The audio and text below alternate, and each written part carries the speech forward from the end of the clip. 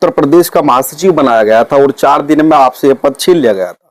अब आपको प्रदेश सचिव बनाया गया है, ये कितने दिन के लिए टिके रहेंगे इस पद पर, क्या उम्मीद जता रहे हो? आपके पास ना किसी के पास ऐसा कोई लेटर आया होगा कि मुझे आज तक भी पद मुक्त। सबसे बड़ा मुद्दा क्या मानते हैं जो देश के सामने, देश की जनता के सामने, फिलहाल देश की जनता जो है इसका सामना कर रही है? इस वक्त देश का सबसे बड़ा मुद्दा है भाईचारे का। देश के सामने सबसे बड़ा मुद्दा भाईचारा है जी। कांग्रेस भी यही कहती है, समाजवादी का भी इसी तरह का नारा है कि नफरत को मिटाइए। जब आपकी विचारधारा एक ही है तो फिर कांग्रेस और सपा के खिलाफ क्यों दिए जाते हैं?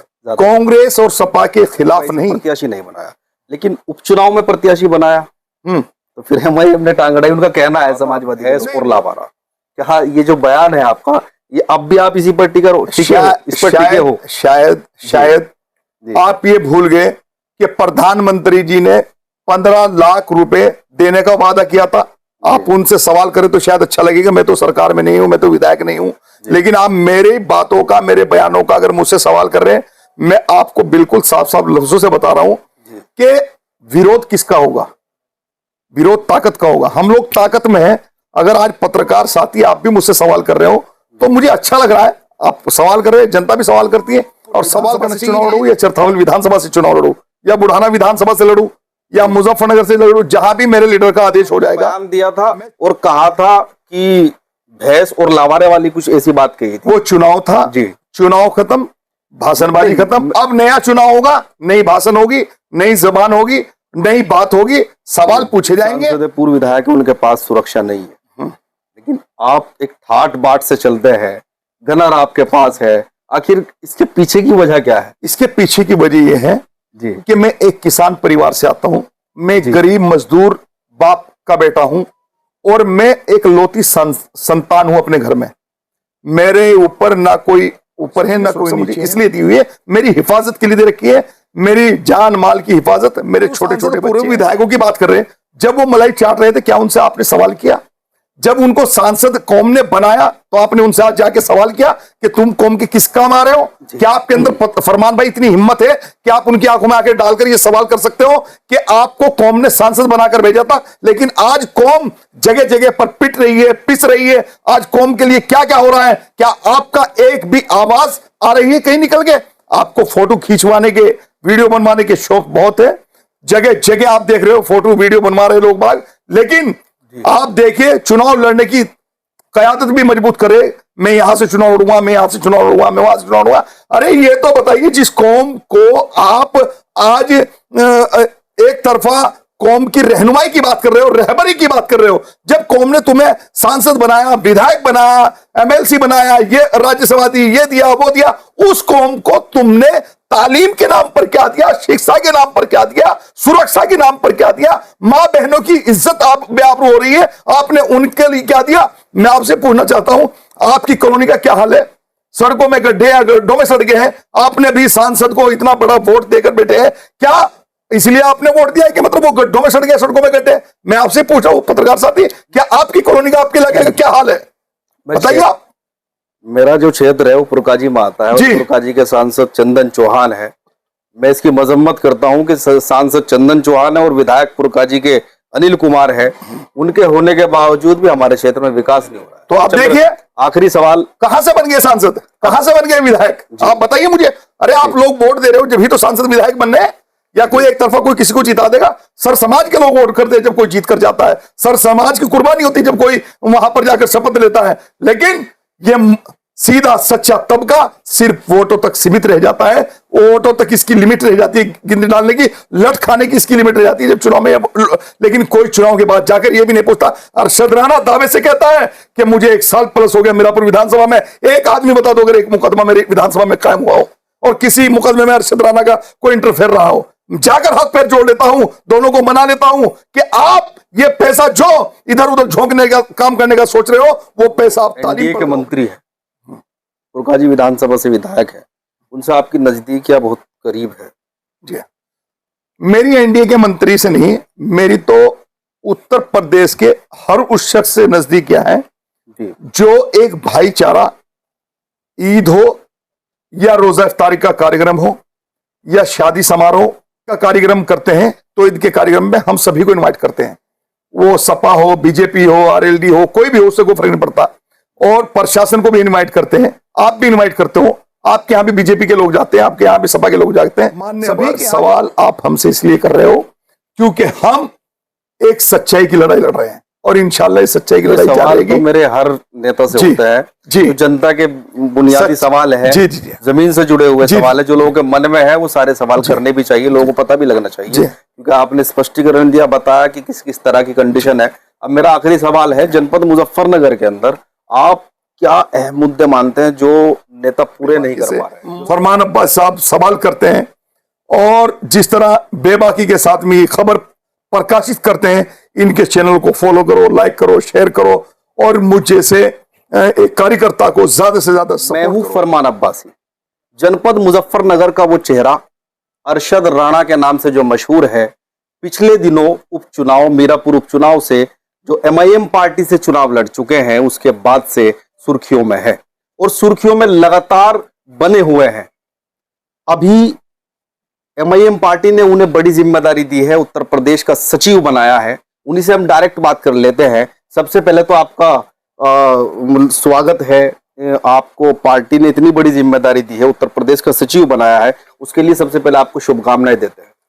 फरमान अब्बासी साहब, आपका बहुत शुक्रगुजार हूं और आपके दर्शकों का कि आप इतनी मेहनत करके एक बहुत ही खास कवरेज कर जन जन तक पहुंचाने का कार्य करते हैं और अपने तीखे सवालों के साथ में जो आप सवाल करते हैं तो उससे हम भी बहुत सहमत हैं, क्योंकि सच्चाई बहुत दूर है और आप उस सच्चाई को रोशनी में जो लाने का काम करते हैं, अपने शब्दों में पिरोने का, तो हम बहुत शुक्रगुजार हैं आपके कि आप हमारे पास पहुंचे हैं। आपको इतनी बड़ी जिम्मेदारी मिली है, उत्तर प्रदेश का सचिव बनाया गया है MIM पार्टी में। आप चुनाव लड़ चुके हैं मीरापुर से, उसके बाद से लगातार सुर्खियों में बने हुए हैं। आपको इससे पहले उत्तर प्रदेश, पश्चिम उत्तर प्रदेश का महासचिव बनाया गया था और 4 दिन में आपसे यह पद छीन लिया गया था। अब आपको प्रदेश सचिव बनाया गया है, ये कितने दिन के लिए टिके रहेंगे इस पद पर, क्या उम्मीद जता रहे हो? देखिए, मैं आपको बताऊं, मैं कार्यकर्ता हूं जी, ऑल इंडिया मजलिस इत्तेहादुल मुस्लिमीन के सदर उत्तर प्रदेश हाजी शौकत साहब जी, और हमारे माननीय सांसद जो देश ही नहीं पूरी दुनिया की एक आन बान शान के रूप में जाने जाते हैं, बैरिस्टर असदुद्दीन ओवैसी साहब, जिनके नेतृत्व में मैं ऑल इंडिया मजलिस इत्तेहादुल मुस्लिमीन का एक कार्यकर्ता बना और कार्यकर्ता के रूप में मेरे ऊपर बैरिस्टर साहब ने एक विश्वास जताया और उन्होंने मुझे हैदराबाद में, जो कि उत्तर प्रदेश का शायद मैं कह सकता हूं पहला सिंबल होगा, जो बैरिस्टर साहब ने अपने हाथों से दिया। और जब मैं बैरिस्टर साहब से मिला तो अल्हम्दुलिल्लाह मुझे बहुत ही अंदर से अच्छा फील हुआ कि आज मैं उस शख्सियत के सामने खड़ा हूं जिस शख्सियत से मिलने के लिए लोग तरसते हैं, कि एक सच्चाई की वो आवाज बैरिस्टर असदुद्दीन ओवैसी साहब, जिसको संसद में सुनने के लिए लोग अपने काम छोड़ देते हैं, हमारी माए बहनें अपने चूल्हे छोड़ देती हैं और टीवी पर ये देखना पसंद करती हैं कि आज उत्तर प्रदेश का नहीं बल्कि हिंदुस्तान का शेर बोलेगा, तो वो बोलेगा तो क्या बोलेगा। देखिए राणा जी, बात आपके बारे में हो रही है क्योंकि जनता जानना चाहती है। कई सवाल है जो लोगों के जहन में है, माइंड में है, जिनका लोग, जनता जो है, जिसका जवाब चाहती है। जी, आप लगातार सुर्खियों में बने हुए हैं, मीरापुर से चुनाव लड़े हैं, तो ये सच है कि आप हैदराबाद में डायरेक्ट टिकट के साथ आपकी जो है MIM पार्टी में जो है आप शामिल हुए थे, टिकट के साथ शामिल हुए थे, वही साहब ने आप पर भरोसा जताया था, लेकिन उसके बाद चुनाव आप हारे। हारने के बाद आपको पद मिला पश्चिम महासचिव का, उत्तर प्रदेश के पश्चिम महासचिव आप बनाए गए। उसके बाद भी बहुत हर्षोल्लास आपके समर्थकों में देखा गया, आपके अंदर देखा गया, लेकिन क्या कारण रहा, क्या वजह रही कि 4 दिन में आपसे वो पद छीन लिया गया? शायद ये जनता जानना चाहती है। शायद फरमान साहब आपको ये मालूम नहीं जी कि पद मुझसे कोई छीना नहीं गया, क्योंकि पद जब छीना जाता है तो उसके लिए एक लेटर जारी होता है कि आपको पद मुक्त किया जाता है जी। शायद आपके पास ना किसी के पास ऐसा कोई लेटर आया होगा कि मुझे आज तक भी पद मुक्त किया गया हो। वो बात अलग है कि मेरी मौजूदगी में एक मेरे साथी को और को भी पद दिया गया, तो मैंने उनको मुबारकबाद दी। हो सकता है क्योंकि मीरापुर विधानसभा में लगातार जिस तरह मेरा जनसंपर्क है और लगातार मैं अपनी विधानसभा में बहुत ज्यादा समय देता हूं, तो हो सकता है जो क्या नाम पश्चिमी उत्तर प्रदेश में मैंने कार्य किया उन 3-4 दिनों में, लगभग मैंने 14 कार्यक्रम किए। और उन 14 कार्यक्रम में आपने देखा होगा कि शामली, बिजनौर, मुजफ्फरनगर, मेरठ, सब जगह लोगों ने मुझे बहुत प्यार दिया। लेकिन कहीं ना कहीं कोई ना कोई मेरी ऐसी खामी रही होगी कि मैं 4 दिन ही उस पद पर काम कर पाया हूं, क्योंकि हो सकता है कि मैं समय ना दे पाया हूं, और ज्यादा समय चाहिए था, चाह सकता होगा शायद, वो आला नेताओं की बात है। लेकिन आज आप देखिए कि मैं उस सब्र और शुक्र के साथ अपनी पार्टी का और अपने सब्र का दामन नहीं छोड़ा। आप इस चीज को देखिए, अपनी पार्टी का और अपने सब्र का दामन नहीं छोड़ा और ना सब्र से नाता तोड़ा। मैं सब्र और शुक्र के साथ में अपनी पार्टी के लिए रात दिन एक कार्यकर्ता के रूप में कार्य करता हूं, क्योंकि मैंने ये कहा था कि मेरे जो काम करने के तरीके हैं वो ये है कि अगर एक कार्यकर्ता, एक पदाधिकारी मुझे किसी भी शहर में या किसी भी कस्बे में बुलाएगा तो इंशाअल्लाह मैं कोशिश करूंगा कि मैं उसमें जाऊं और उसका सम्मान बढ़ाऊं। क्या सब्र का फल मिला है आपको? अल्हम्दुलिल्लाह, अल्लाह का शुक्र है। लगातार आप देख रहे, मेरे लिए सबसे बड़ा सब्र का फल मेरा ये है कि जो जनता का प्यार है। आज के टाइम में बहुत मेरे से आला दर्जे के लीडर हैं। शायद जितनी शादियां मैं अटेंड करता हूं या जितने कार्यक्रम मैं अटेंड करता हूं, शायद कोई आपको नजर नहीं आता होगा। ये जनता का वो प्यार है जो उस सब्र के साथ मेरे साथ है। महासचिव बनने के बाद आपके लगातार दौरे देखे गए। आप जिले से बाहर गए, सहारनपुर गए, आप बहुत दूर दूर जो है देखे गए हैं। क्या आप उत्तर प्रदेश के सचिव बने हैं आप, तो क्या इसी तरह के दौरे देखने को मिलेंगे? इंशाअल्लाह ताला, अल्लाह ने चाहा तो आपको उससे भी ज्यादा प्रबल दावेदारी दिखाई देगी उत्तर प्रदेश में जी। जो हमने पश्चिम के पद पर रहते हुए की, या हमने एक विधायक पूर्व प्रत्याशी के रूप में की। आज उत्तर प्रदेश की जो कमान हाजी शौकत साहब ने हमें सौंपी है, हम एक कार्यकर्ता कल थे, आज भी एक कार्यकर्ता ही है, क्योंकि ये पद कांटों भरा ताज है जी, फूलों भरा ताज नहीं है, ये कांटों भरा ताज है। ये कांटों भरा ताज इसलिए है कि अगर हम मेहनत करेंगे तो कांटों भरा ताज है, और हम लेटर को लेकर घर में रख लेंगे तो ये फूलों का ताज है। तो हमें मेहनत करनी है, हमें पार्टी के कारवां को बढ़ाना है। हमने पहले भी कहा था कि हमें उत्तर प्रदेश में 2027 में उन ताकतों को मुंह तोड़ जवाब देना है जो ताकतें मेरे नेता बैरिस्टर असदुद्दीन ओवैसी साहब पर लगातार हमले करती हैं, लगातार प्रहार करती हैं, लेकिन वे ये भूल जाते हैं कि वो बैरिस्टर ओवैसी साहब का ही वोट है जिस वोट पर तुम एक तरफा एक क्षत्रिय राज कर रहे हो उत्तर प्रदेश के अंदर। और इंशाअल्लाह ताला 2027 में अल्लाह ने चाहा और उसके रसूल ने चाहा और जनता का प्यार रहा तो इंशाअल्लाह बता देंगे कि जिन वोटों से तुम्हें प्यार है और रहनुमाओं से खुमार है, अब उन वोटों ने दरी बिछानी बंद कर दी है। सर राणा जी, अब देश का बड़ा मुद्दा क्या मानते हैं? क्योंकि देश के अंदर काफी मुद्दे हैं, महंगाई, बेरोजगारी, लेकिन आप सबसे बड़ा मुद्दा क्या मानते हैं जो देश के सामने, देश की जनता के सामने, फिलहाल देश की जनता जो है इसका सामना कर रही है? इस वक्त देश का सबसे बड़ा मुद्दा है भाईचारे का खात्मा।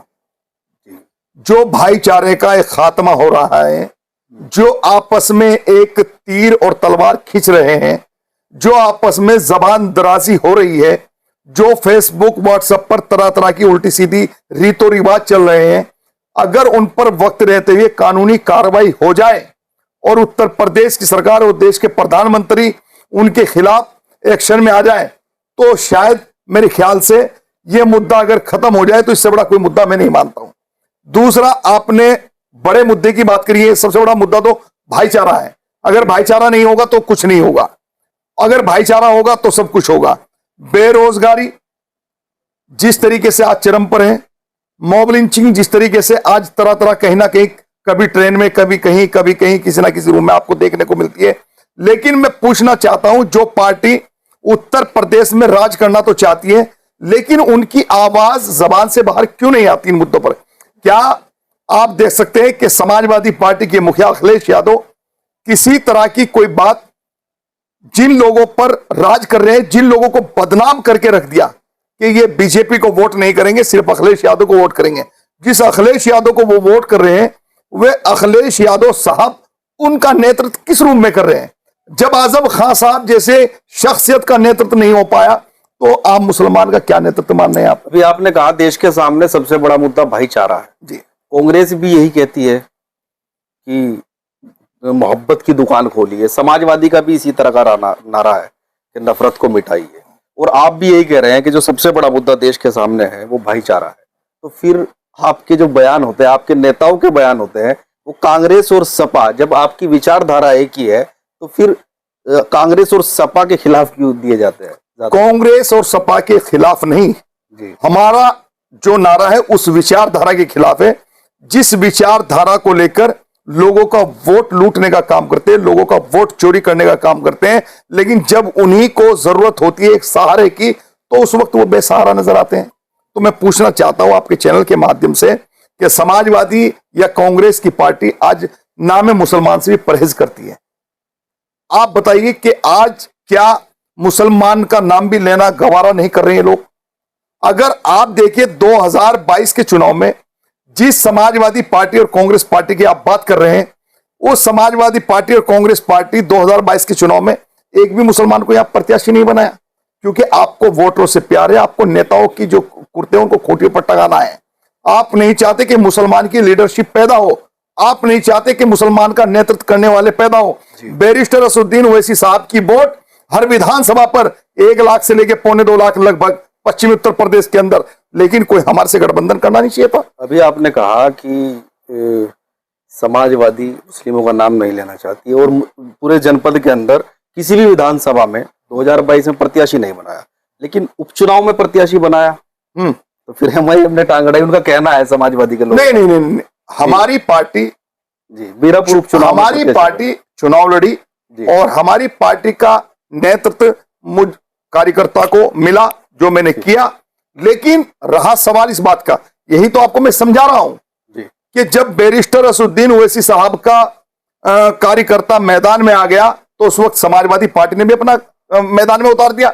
समाजवादी पार्टी को तो सोचना चाहिए था कि आप इस वक्त बैकफुट पर आकर और ये देखिए कि ओवैसी साहब का एक प्रत्याशी चुनाव लड़ रहा है, जिस ओवैसी ने इतने सब्र तहम्मुल से काम लिया कि 2019 का जो चुनाव था लोकसभा का, 2024 का जो चुनाव था 2024 का 24 बाई इलेक्शन 24 का जो चुनाव था, 24 का जो चुनाव था, उस 24 के चुनाव में बैरिस्टर असदुद्दीन ओवैसी साहब ने अपना एक भी प्रत्याशी उत्तर प्रदेश में मैदान में नहीं उतारा, अपना बड़ा दिल दिखाते हुए इन लोगों को सपोर्ट किया, चुप रहकर, खामोश रहकर। और इन लोगों ने क्या दिया कि अगर बैरिस्टर साहब का एक कार्यकर्ता एक सीट पर चुनाव लड़ने के लिए आ गया तो उसके सामने इन्होंने वहां पर लाकर खड़ा कर दिया। और जब आपको लड़ाना था मुस्लिम प्रत्याशी 2022 में क्यों नहीं लड़ाया?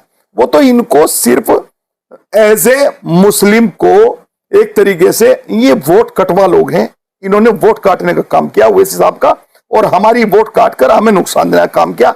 लेकिन अल्हम्दुलिल्लाह 2027 में आप देखना मुजफ्फरनगर में इंशाअल्लाह ताला दावे से कह सकता हूं, अगर हमें अछूता माना जाएगा, हमें गठबंधन का हिस्सा नहीं बनाया जाएगा, तो इंशाअल्लाह एक भी सीट अगर जीत ली तो फरमान साहब, ये ऑन रिकॉर्ड इंटरव्यू दे रहा हूं मैं आपको, इसी इंटरव्यू को संभाल के रखना, तो मुझे बता देना कि कोई सीट जीती गई है। तो मीरापुर उपचुनाव में आप प्रत्याशी थे MIM पार्टी की तरफ से, और समाजवादी पार्टी से जो है कादिर राणा थे। आप चुनावी मैदान में जिस दिन रिजल्ट आया, रिजल्ट वाले दिन आपका एक डायलॉग बहुत फेमस हुआ, लोगों ने, जो विपक्ष के लोग हैं, समाजवादी के लोग, कांग्रेस के लोग हैं, उसका ऐतराज भी उन्होंने उठाया। आपने कहा था भैंस और लावारा। क्या ये जो बयान है आपका, ये अब भी आप इसी पर टिके हो? शायद आप ये भूल गए कि प्रधानमंत्री जी ने 15 लाख रुपए देने का वादा किया था। आप उनसे सवाल करें तो शायद अच्छा लगेगा, मैं तो सरकार में नहीं हूं, मैं तो विधायक नहीं हूं, लेकिन आप मेरी बातों का, मेरे बयानों का अगर मुझसे सवाल कर रहे हैं, मैं आपको बिल्कुल साफ साफ लफ्जों से बता रहा हूं कि विरोध किसका होगा? विरोध ताकत का होगा। हम लोग ताकत में हैं। अगर आज पत्रकार साथी आप भी मुझसे सवाल कर रहे हो तो मुझे अच्छा लग रहा है, आप सवाल कर रहे हैं, जनता भी सवाल करती है और सवाल करना चाहिए, यही लोकतंत्र है। लेकिन इंशाल्लाह 2027 का जो चुनाव होगा, मैं मीरापुर विधानसभा से चुनाव लड़ूं या चरथावल विधानसभा से चुनाव लड़ूं या बुढ़ाना विधानसभा से लड़ूं या मुजफ्फरनगर से लड़ूं, जहां भी मेरे लीडर का आदेश हो जाएगा, मैं चुनाव एक सीट पर नहीं, उत्तर प्रदेश की हर उस सीट पर चुनाव लड़ूंगा जिस सीट पर हमारा कार्यकर्ता प्रत्याशी होगा। हर उस सीट पर जाकर इंशाअल्लाह ताला उन लोगों को मुंह तोड़ जवाब देने का काम करूंगा, उन लोगों को सबक सिखाने का काम करूंगा जो लोग हमें अछूता समझेंगे, जो हमारी ऑटो से प्यार करते हैं लेकिन हमारे रहनुमाओं से फिर बार बार मैं कहूंगा कि खुमार करते हैं।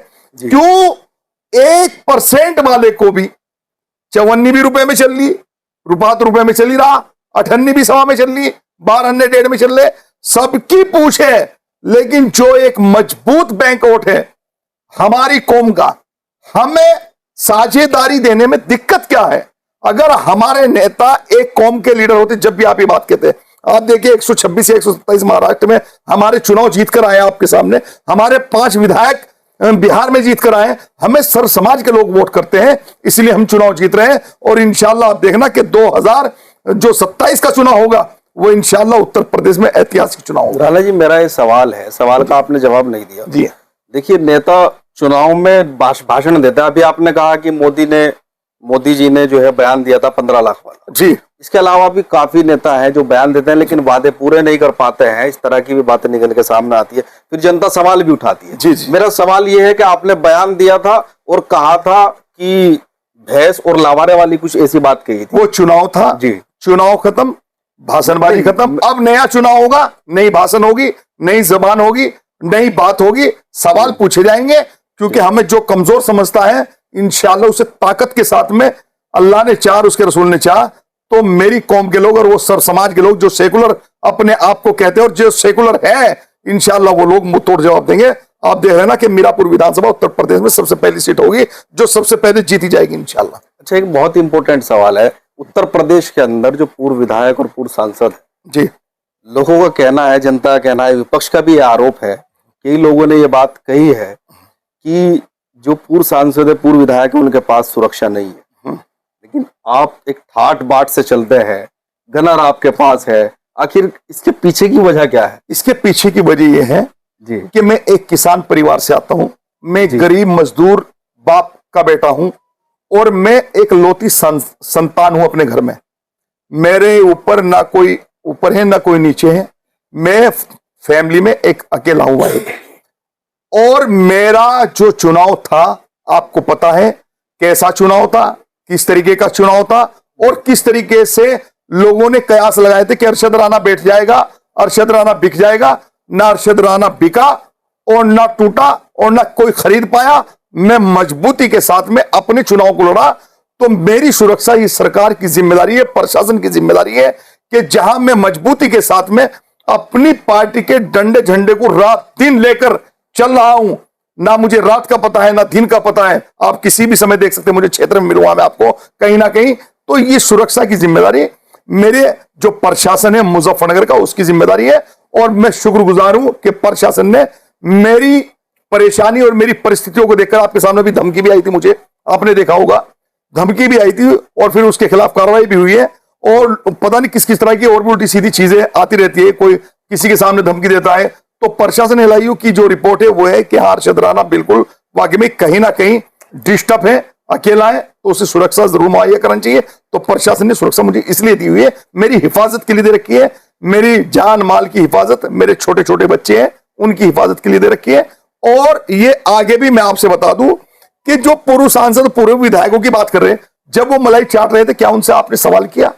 जब उनको सांसद कौम ने बनाया तो आपने उनसे आज जाके सवाल किया कि तुम कौम के किस काम आ रहे हो? क्या आपके अंदर फरमान भाई इतनी हिम्मत है कि आप उनकी आंखों में आके डालकर ये सवाल कर सकते हो कि आपको कौम ने सांसद बनाकर भेजा था, लेकिन आज कौम जगह जगह पर पिट रही है, पिस रही है। आज कौम के लिए क्या क्या हो रहा है? क्या आपका एक भी आवाज आ रही है कहीं निकल के? आपको फोटो खींचवाने के, वीडियो बनवाने के शौक बहुत है, जगह जगह आप देख रहे हो फोटो वीडियो बनवा रहे लोग बाग। लेकिन आप देखिए, चुनाव लड़ने की कयादत भी मजबूत करे, मैं यहां से चुनाव लड़ूंगा, मैं यहां से चुनाव लड़ूंगा, मैं वहां से चुनाव लड़ूंगा। अरे ये तो बताइए, जिस कौम को आप आज एक तरफा कौम की रहनुमाई की बात कर रहे हो, रहबरी की बात कर रहे हो, जब कौम ने तुम्हें सांसद बनाया, विधायक बनाया, एमएलसी बनाया, ये राज्यसभा दी, ये दिया वो दिया, उस कौम को तुमने तालीम के नाम पर क्या दिया, शिक्षा के नाम पर क्या दिया, सुरक्षा के नाम पर क्या दिया? मां बहनों की इज्जत आप बेआबरू हो रही है, आपने उनके लिए क्या दिया? मैं आपसे पूछना चाहता हूं, आपकी कॉलोनी का क्या हाल है? सड़कों में गड्ढे या गड्ढों में सड़कें हैं। आपने भी सांसद को इतना बड़ा वोट देकर बैठे हैं, क्या इसलिए आपने वोट दिया है कि मतलब वो गड्ढों में सड़ गए, सड़कों में गड्ढे। मैं आपसे पूछ रहा हूं पत्रकार साथी, क्या आपकी कॉलोनी का आपके इलाके का क्या हाल है, बताइए आप। मेरा जो क्षेत्र है वो पुरकाजी में आता है और पुरकाजी के सांसद चंदन चौहान है। मैं इसकी मजम्मत करता हूं कि सांसद चंदन चौहान है और विधायक पुरकाजी के अनिल कुमार है, उनके होने के बावजूद भी हमारे क्षेत्र में विकास नहीं हो रहा है। तो आप देखिए, आखिरी सवाल, कहां से बन गए सांसद, कहां से बन गए विधायक, आप बताइए मुझे। अरे आप लोग वोट दे रहे हो जब ही तो सांसद विधायक बनने हैं, या कोई एक तरफा कोई किसी को जिता देगा। सर समाज के लोग वोट करते हैं जब कोई जीत कर जाता है, सर समाज की कुर्बानी होती है जब कोई वहां पर जाकर शपथ लेता है। लेकिन ये सीधा सच्चा तबका सिर्फ वोटों तक सीमित रह जाता है, वोटों तक इसकी लिमिट रह जाती है, गिनती डालने की, लट खाने की इसकी लिमिट रह जाती है जब चुनाव में। लेकिन कोई चुनाव के बाद जाकर ये भी नहीं पूछता। अरशद राणा दावे से कहता है कि मुझे 1 साल प्लस हो गया मीरापुर विधानसभा में, एक आदमी बता दो अगर एक मुकदमा मेरे विधानसभा में कायम हुआ हो और किसी मुकदमे में अरशद राणा का कोई इंटरफेयर रहा हो। जाकर हाथ पैर जोड़ लेता हूं, दोनों को मना लेता हूं कि आप ये पैसा जो इधर उधर झोंकने का काम करने का सोच रहे हो, वो पैसा आप तालीम पर लगाओ अपने बच्चों की। तो फरमान भाई, कयादत मजबूत करने का तरीका सिर्फ ये है कि सबसे पहले उस सर समाज को गले से लगाओ जो आपकी इंतजार कर रहा है। इस बार अरशद राणा कहां से चुनाव लड़ेंगे 2027 में? इंशाअल्लाह ताला मेरी पैतृक विधानसभा है चरथावल विधानसभा जी, और मेरी दूसरी विधानसभा है मीरापुर विधानसभा जी। इंशाअल्लाह ताला मेरे नेता बैरिस्टर असुद्दीन ओवैसी साहब मुझे जहां भी आदेश करेंगे इंशाअल्लाह मैं वहां चुनाव लड़ूंगा। 2 सीट से चुनाव टिकट मांग रहे हैं? मैं 2 सीट में से किसी से? मैं 2 सीटों से नहीं, मैंने आपको क्या, मुझे तो उत्तर प्रदेश में जहां भी साहब कह देंगे मैं वहीं जाके खड़ा हो जाऊंगा। लेकिन मेरा अपना लगाओ या मेरी मेहनत, मेरा सब कुछ जो चल रहा है वो मीरापुर विधानसभा है।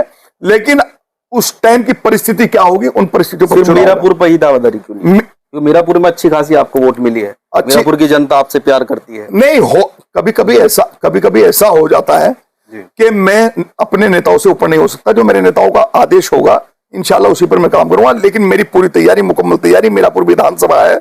लेकिन मीरापुर विधानसभा के साथ साथ मैं फिर आपको कह रहा हूं, मुझे अपनी विधानसभा से इतनी मोहब्बत नहीं जितनी उत्तर प्रदेश की विधानसभाओं से मोहब्बत है। उत्तर प्रदेश के हर विधानसभा में मैं जाऊंगा जहां जहां मेरे नेता हाजी शौकत साहब मेरी ड्यूटी लगाएंगे।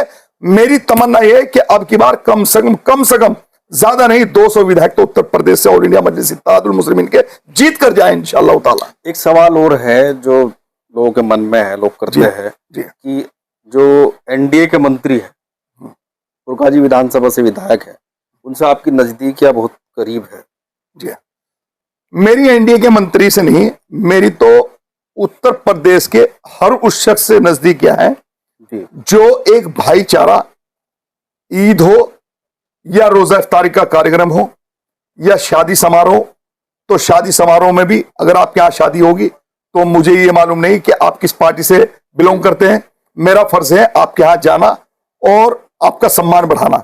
इसी तरह और अदर जितने नेता हैं उनकी भी यही स्थिति है कि जब हम ईद का कार्यक्रम करते हैं तो ईद के कार्यक्रम में हम सभी को इन्वाइट करते हैं, वो सपा हो, बीजेपी हो, आरएलडी हो, कोई भी हो, उससे कोई फर्क नहीं पड़ता। और प्रशासन को भी इनवाइट करते हैं, आप भी इनवाइट करते हो, आपके यहां भी बीजेपी के लोग जाते हैं, आपके यहां भी सपा के लोग जाते हैं, सभी के यहां जाते हैं। तो साथियों, उस भाईचारे को कायम रखना चाहिए। हमने क्या कहा, देश का सबसे बड़ा मुद्दा भाईचारा है। अगर आपको नफरत करनी है तो उन लोगों से करो जो लोग आपको ये कहते हैं कि बीजेपी की बी टीम है ये लोग।